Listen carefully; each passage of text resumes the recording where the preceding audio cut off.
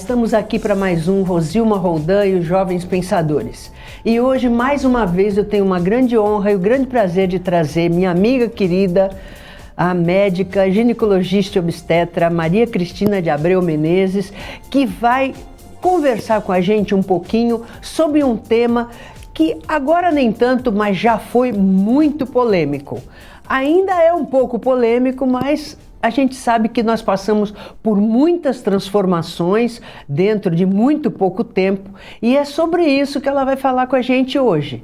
Querida amiga, boa tarde. Obrigada pelo convite e agradeço imensamente de novo estar aqui, muito agradável conversar com você e falar sobre um tema que agora não é tão polêmico, né? Mas telemedicina. A gente sabe que esse mundo está muito evoluído, principalmente com informações, internet, e são muitas informações assim em segundos, né? E que a gente tem que se adaptar com essas novas inovações. Agora, telemedicina, a gente sabe muito bem que a gente está na quarta revolução industrial, que seria a era digital, a era da telecomunicação, e a telemedicina, pela Organização Mundial de Saúde, nada mais é do que um serviço de saúde que o tempo e a distância é um fator crítico, né? E que abrange não só na parte da saúde, como também da educação, e aprimoração de pesquisas, e que realmente a gente teve que se adaptar. Antigamente, né, antes, como tudo começou? Esse começou em 1960, em que os voos espaciais, a NASA, tinha que desenvolver alguma coisa assim para ver as condições dos astronautas, e medir pressão, ver como é que é a frequência cardíaca, como que o organismo ia se adaptar na outra estratosfera, né? E começou a partir daí, né? Mas ficou assim, só entre eles, né? A partir da década de 90, de 90 não digo, em 1960 é que ocorreu o início da telemedicina. Mas aqui no Brasil, em 1990, é que começou a telemedicina aqui no Brasil. Começou-se de uma maneira assim que não tinha concordância entre si, principalmente no setor privado e no setor público. Mas assim, relacionado com exames, né? Exames, consultas. Bem no início começou com eletrocardiograma, dando resultado à distância, né? Principalmente em lugares que não tinha especialista para dar o laudo, e aí foi desenvolvendo, né? E foi só em 1998, mais ou menos, que começou as redes, as instituições, principalmente na parte do setor público. Foram 37, mais ou menos, instituições que desenvolveram ao longo do tempo, né, não a telemedicina, mas a comunicação. E só ficou restrito assim na videoconferência, tele-interconsulta, que seria segunda opinião, que seria uma reunião entre os profissionais de várias especialidades, discutindo casos assim difíceis e mais complexos, para a gente ter uma troca de experiência. E isso foi muito importante, né, nesse setor. Agora, em relação à telemedicina antes da pandemia, porque eu vou falar um pouco antes da pandemia, durante a pandemia e agora na atualidade.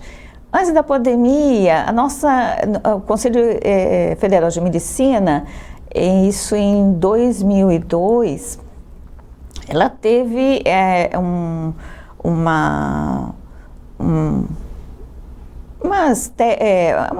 formulou as normas técnicas de como deveria ser a telemedicina. Ela não abrangeu muitos profissionais, né? Havia resistência, Cristina. Fez resistência, não fez uma maneira que, até nós médicos, a gente tem que respeitar todas as normativas do Conselho Federal de Medicina. Então, só estava distrito assim a exames diagnósticos, a distância, né? E que não falava muito da teleconsulta, né? E a teleconsulta não foi, a gente não foi falado muito para esse aspecto, né? Então a gente, em 2018, houve de novo uma normativa do Conselho Federal de Medicina, mas eles depois, por um tempo, ficou revogado, agora eu não sei qual foi o motivo, também não contemplava os profissionais nessa normativa.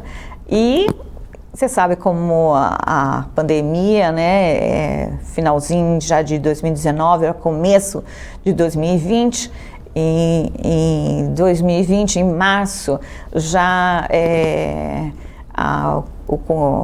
teve a legislação de que deveria ter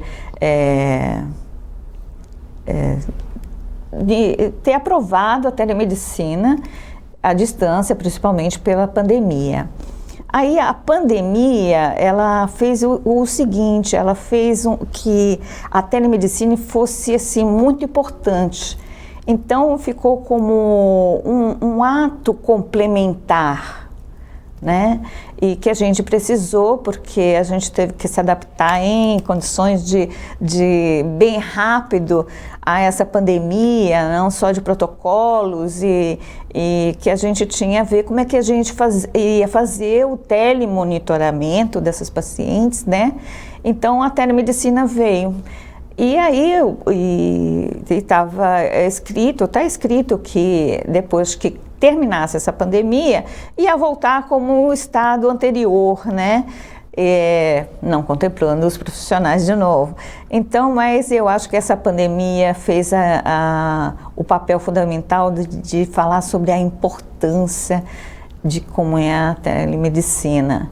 Você está fazendo um panorama do antes, do durante e do depois da pandemia. A pandemia realmente mudou muito as mentes, né? Com os certeza. Corações, porque foi impactado pela própria doença, pela própria mortalidade alta, né? Todo mundo hoje teve alguém na família que faleceu por Covid, e quem não faleceu ficou com sequelas. Então foi um impacto muito grande, não só sobre você, mas sobre a humanidade, né? E isso obrigou o ser humano que quer sobreviver, obrigou a se adaptar. E você estava contando que já desde a década de 60 nos Estados Unidos, e nós sempre atrasadinho na década de 90, nós começamos com a telemedicina, que era uma novidade, mas sempre a novidade ela é acompanhada de muita resistência, não só dos profissionais, mas de toda a sociedade. O paciente não confia na telemedicina lá antes da pandemia, diz assim, será? Eu lá presencialmente, às vezes o médico não descobre o que eu tenho, imagina a telemedicina eu de longe, né?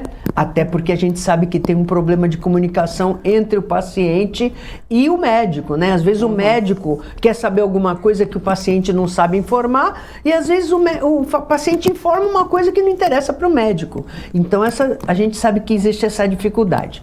Aí veio a pandemia. A pandemia atualizou tudo, né? Inclusive aquele grande preconceito que a gente tinha, por exemplo, contra cursos à distância, né? Com certeza. Foi quebrado, porque a gente descobriu que dá para fazer até mestrado, doutorado, graduação, tudo. Dá para fazer tudo à distância. E às vezes até com mais qualidade. Claro que exige mais disciplina da gente, sim, do que ficar o professor com a régua lá. Presta atenção, traz o trabalho. Bom, Faz realmente quem e quer, você né? vai falar começou a falar da pós-pandemia, né? Que foi essa absorção dessas novidades.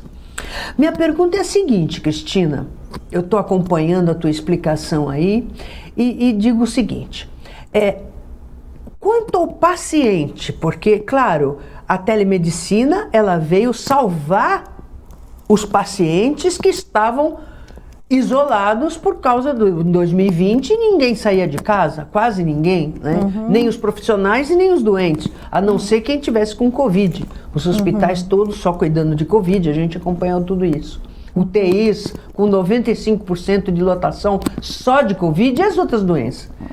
Então foi assim, você aplicar a telemedicina nos teus pacientes durante a pandemia foi uma questão de vida ou morte. Ou é assim ou o paciente vai morrer. Isso, a gente teve que se adaptar de uma maneira assim muito rápida, né? E se informar de tudo, mas ficou muitas dúvidas. Mas a pergunta que eu queria saber, e o paciente? Porque o profissional, ele é um intelectual, ele é preparado, ele está ali acompanhando as novidades da ciência, ele é um pesquisador. Então, apesar dele também ter resistência, foi mais fácil para ele entender que era ou a morte ou a vida com telemedicina. Mas e o paciente? Eu queria que você me dissesse, da sua vivência, como que o paciente reagiu a essa telemedicina na pandemia e agora na pós-pandemia, isso aí você vai responder no segundo bloco. Você pensa um pouquinho no intervalo. Qual a reação do paciente na pandemia e agora que nós podemos respirar um pouquinho, mas não descuidadamente, ainda com muito cuidado, na pós-pandemia, o que se espera desse paciente? Nós vamos fazer um rápido intervalo e voltamos já já, e a Cristina, a doutora Cristina, minha querida amiga, vai responder pra gente essa questão aí de como é que ficou a telemedicina para o paciente durante a pandemia e depois da pandemia.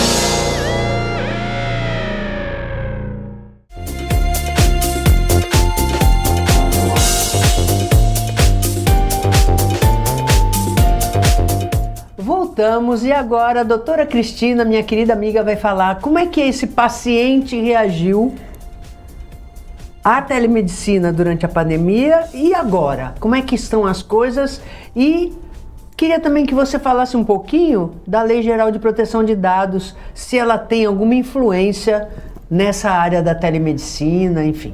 Bom, o paciente, como também igual a gente, né, que teve que se adaptar, ele na hora foi assim um pouco tímido, mas depois eles já começaram a se acostumar, né? Então é muito bom, porque foi uma inovação tanto para mim e também foi inovação para eles também, principalmente os idosos que não podiam se locomover até a consulta.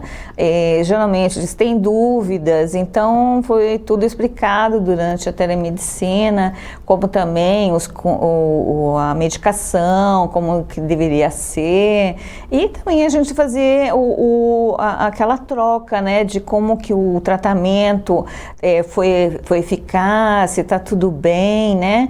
É muito bom a gente ver o retorno, né? Porque, né, só dar receita, ele ir embora, né, mas também a gente vê se ele está bem, porque a gente, que é médico, a gente gosta de saber da saúde, né, principalmente... E é isso, esse negócio do retorno, às vezes o paciente não entende, né? Não. Eu já estou bom, eu não preciso retornar, porque só vai no médico quando está passando mal, né?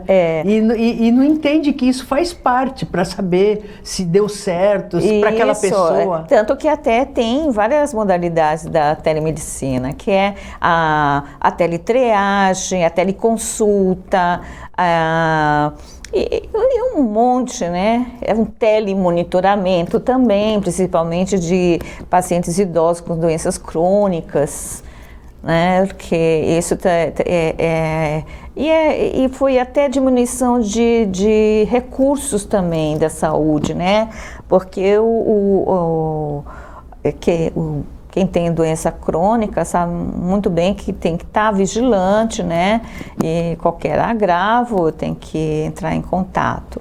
Agora, quanto à Lei Geral de Processamento de Dados, isso porque requer que essa comunicação que a gente tem, abrir um prontuário na telemedicina, a gente também tem que ver que isso cai na internet, né? Então, é uma telecomunicação, então que você tem que ter privacidade, sigilo, e também, antes de tudo, de toda consulta, tem que ter o termo de consentimento esclarecido, pré-estabelecido antes da consulta.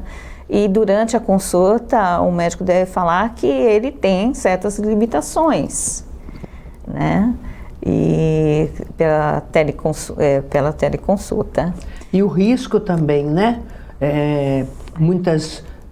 Procedimentos, porque agora a relação médico-paciente de tratamento, ela mudou muito, né? Antigamente a pessoa ia no médico, o médico falou, então era meio aquela relação hierarquicamente de paciente inferior e médico superior, né? Não, agora já saímos dessa posição, porque o paciente pode trocar as ideias e a gente tem que ser um bom ouvinte.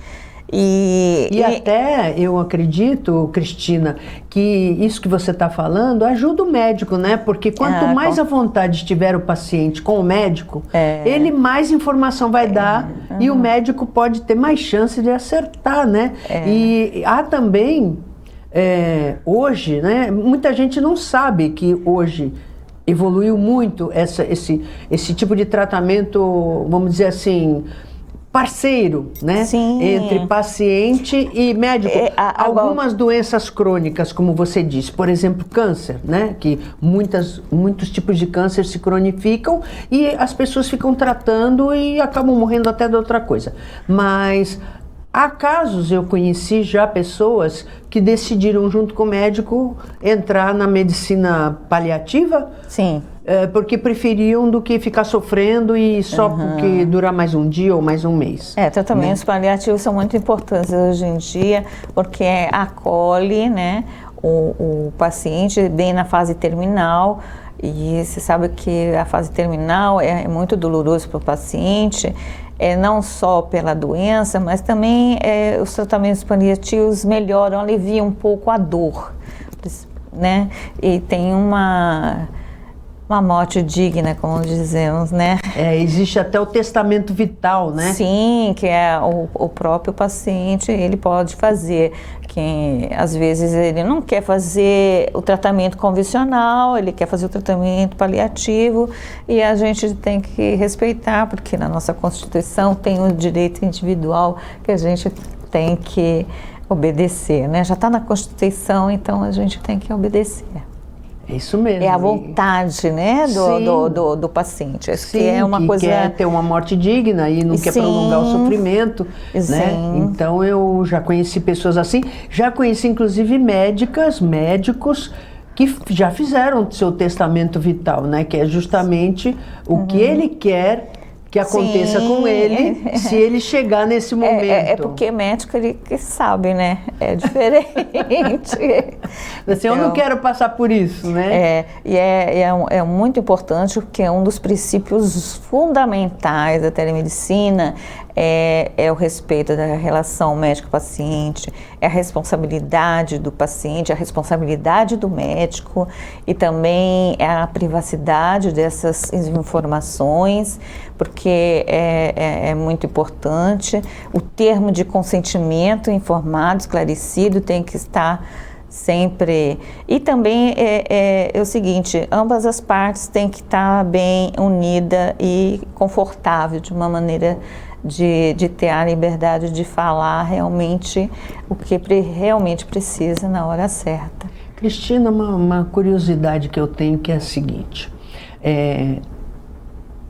existe uma parceria hoje entre médico e paciente em relação ao seu tratamento, né? A família desse paciente pode interferir nisso? Ela pode achar, por exemplo, vamos supor que aquele paciente já não está no seu juízo normal, porque às vezes acontece. Não estou dizendo que seria um paciente que estaria já com transtorno mental. Não. O paciente está lúcido e ele não quer prolongar o sofrimento, e ele faz uma parceria com o médico e diz, paliativo, tal, já fez seu testamento vital, tal. Mas a família não se conforma, a gente vê muito isso. A família não quer saber, é meu pai, é minha mãe, é meu marido, é minha mulher, é meu filho, não quer saber. E aí ele tem esse poder de interferir nesse, vamos dizer, acordo que existe entre o paciente e o médico, porque normalmente o paciente esconde. Ele faz com o médico e como você bem disse, a privacidade do paciente é preservada, né? E o médico protegido pelo sigilo profissional. A família pode interferir, cercar o médico no corredor? Como é que é? Meu pai, minha mãe, como é que é? Não me conformo, o que é isso? Mas não estou fazendo nada pelo meu pai está no paliativo, o que é isso? Porque hoje a gente, como você bem disse no começo do programa, a gente tem acesso à informação. A gente vai lá no Google, descobre tudo. Pô, meu pai está no paliativo, minha mãe, meu filho, olha, como é que é isso? Desde que o paciente tenha consciência e esteja lúcido, e ele assinou, a opinião da família não pode interferir, né? Não pode interferir. Não pode, prevalece a vontade do paciente. Isso mesmo, é a vontade individual. Inclusive, outra coisa que eu queria te perguntar, há essa parceria, o paciente está terminal, tal, e a família cerca o médico sem o paciente saber, para saber detalhes. Ah, sim. Isso existe. Isso existe, sim. Como é que fica o médico nessa situação? Porque eu acho assim, por tudo que a gente sabe de direito, né? E você, além de direito, ainda sabe de medicina. A menina é tudo, ela sabe direito, ela fez direito e ela fez medicina, fez direito para ajudar os colegas que não sabiam direito por causa de erro médico. Menina maravilhosa. E a família gosta muito de interferir, até por amor mesmo, né? E como é que fica isso? Como é que fica o médico perante essa família? Porque vai lá, o paciente não fala, mas vão atrás do médico atormentar. Como é que é isso? E a gente tem que conversar, né? O mais importante é o diálogo, né? E saber... Isso acontece, não acontece, Cristina? Acontece, a gente tem que ter um diálogo, tem que... porque o médico, antes de tudo, é um pouco psicólogo também, tem né? Tem que ser, né? Tem que ser, e a gente... Por isso que é importante também a consulta presencial, porque a gente nota alguns detalhes, né? O perfil psicológico da paciente, como é que ela é, se é uma pessoa ansiosa, a gente vê tudo isso, então a gente já tem uma coisa mais além, eu não sei se te explicar. Sim, você realmente... já teve um insight sobre o que a pessoa é, sim. como ela é. E aí, conforme o tempo, a gente vai adquirindo, né, essa experiência e a gente tendo mais contato com o paciente, né? Então, E pode, de certa forma, defender, vamos dizer assim, o paciente da família. Até pode. Porque a família, veja bem, não é que ela passa por mal. A gente coloca os prós, né? Sim. E a gente vê os benefícios e os malefícios. Agora, se caso ela quer que realmente a gente prolongue a vida, o sofrimento da paciente, isso é em outra instância, que é a parte jurídica, né? Sim. Aí já não é mais médica. Sim, é verdade. Porque a gente até entende, né? Porque a família não quer se desapegar daquela pessoa, ama, quer, sente falta, não se conforma, né? A gente tem que ser bem imparcial, né? Sim. Então, como juiz também é imparcial. Porque a família, ela quer que a pessoa continue viva, mas quem sente a dor é o paciente, né? Com certeza. Com certeza, chega uma hora mas chega um ponto que a família entende, entra em acordo, né, com o próprio paciente. Porque eu entendo que há um tipo de dor e um tipo de sofrimento em que o paciente entende que não quer mais sofrer. Sim. E ele passa a pedir a morte. Né? Existe isso. Existe. Porque é uma vivência dele, única e exclusiva dele. E a família, ela não entende porque ela está apegada, não é ela que está sofrendo. Não entendo como egoísmo da família, não. Eu entendo como amor mesmo, porque ela não quer largar a mão daquele pai, daquela mãe, daquele irmão, né? Aí que o médico entra e fala que como que vai ser a qualidade de vida desse paciente.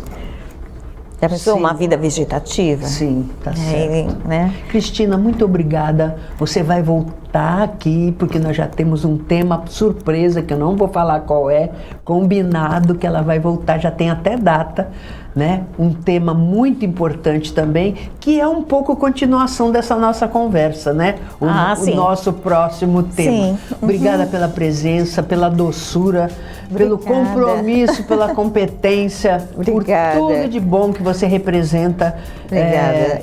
No meu entendimento, uma médica exemplo você é. Obrigada. Espero que vocês tenham gostado do programa de hoje. Eu só trago gente de quem eu gosto muito e que eu admiro muito. Por isso que o programa é assim, né? Cheio de amor e de amizade no ar.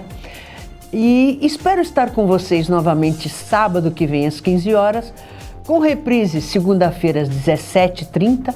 Lembrando que pomos tudo no YouTube para você assistir e rever quando quiser. Agora com 2 canais, os Jovens Pensadores, onde pomos todos os programas que já foram ao ar pela TV com Santos e pela TV com Brasil, e o Vamos Conversar com Rosilma Roldan, onde eu ponho lá temas que estão por aí pela mídia e que nós examinamos à luz do direito. Até o próximo programa, se Deus quiser.